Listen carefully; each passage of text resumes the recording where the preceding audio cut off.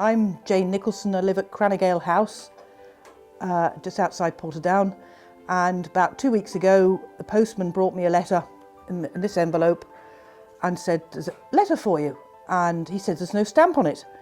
And I got terribly excited and I thought somebody had handwritten me a letter instead of an email, but was a bit puzzled by the fact there was no stamp on it. But when the postman had gone and I looked at the envelope, it was postmarked the 6th of August 1957. So, I read the letter and was able to make out, finally deciphered the address, and thought there must be a bit of a story here. And it was signed by your good friend Sarah Irwin and had been addressed to dear Mrs Nicholson, who I worked out from the dates was my husband's grandmother, Susan Donnelly as she had been.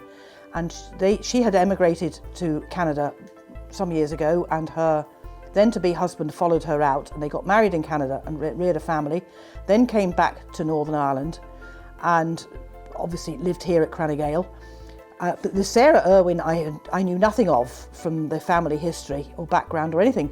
So I thought, well, I'll just put this up on Facebook and photographed the letter and put it up on Facebook. And my good friend Roy Allen from Parkinall down the road, of course, knows everybody in the whole of Northern Ireland.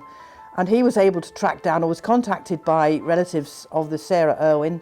And this afternoon we've all met up together, and I have the granddaughter and the cousin of the granddaughter here together, and I'm going to give them the letter to take home with them, and they're all very excited about it as well. So it's a long way. We have no idea where the letter has been in the intervening 60 odd years. It could have been down the back of a cabinet somewhere in the post office, but at least it's come back to roost, and it is an absolute piece of social history. So my name is Carol Moore, and I am the granddaughter of the lady who wrote the letter. That's Sarah Irwin, and I live in Newton Stewart. My grandmother wrote this letter from my parents' house. The address on the letter is Ben Ur, which is a combination of my parents' surnames, Ben for Benson, Ur for Irwin. So she was staying at my parents' house after the death of my grandfather, Christopher Irwin. So this letter that she wrote was in response to the letter written by Susan Nicholson of Crannagael House, where we are today. And Susan had very kindly written a letter to pass on her sympathy. She had obviously heard that my grandfather had died. So she wrote this letter to my grandmother, and my grandmother was responding to her letter and giving her some of the news of what had taken place since his death and the visitors that she'd had. Two people had called from Canada to visit them, and they were Mr and Mrs Galbraith.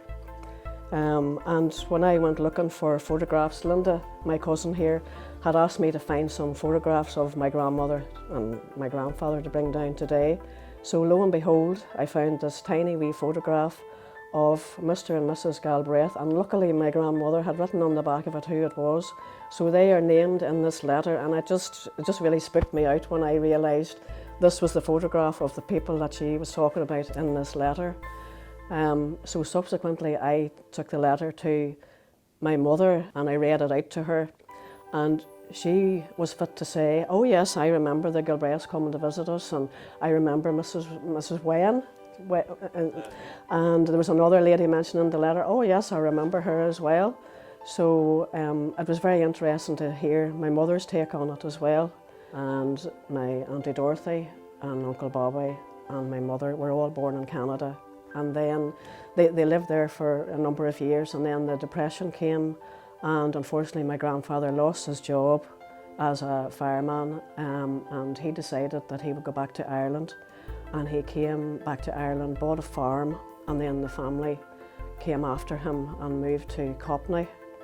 And they farmed there for a number of years, and then they moved to Newmills, to Quintinmanus Road. My grandfather bought a farm there, and they lived there for the most of their married life.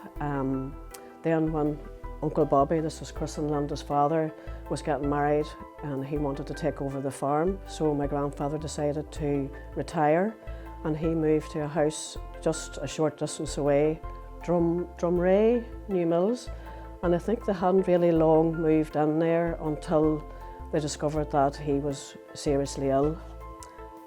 Just not long after these Galbraiths had visited, actually, he was diagnosed with leukemia and subsequently died. So my grandmother decided she wasn't going to go back to live there anymore, so hence why the letter is written from my parents' house, because she never left there. So she lived with my mum and dad and us 3 children for the rest of her days with us.